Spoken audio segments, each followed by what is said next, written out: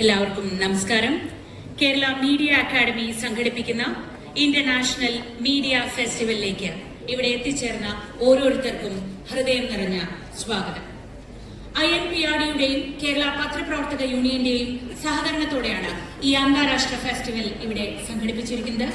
ഈ രാജ്യാന്തര ഫെസ്റ്റിവൽ ഉദ്ഘാടനം ചെയ്യുന്നത് കേരള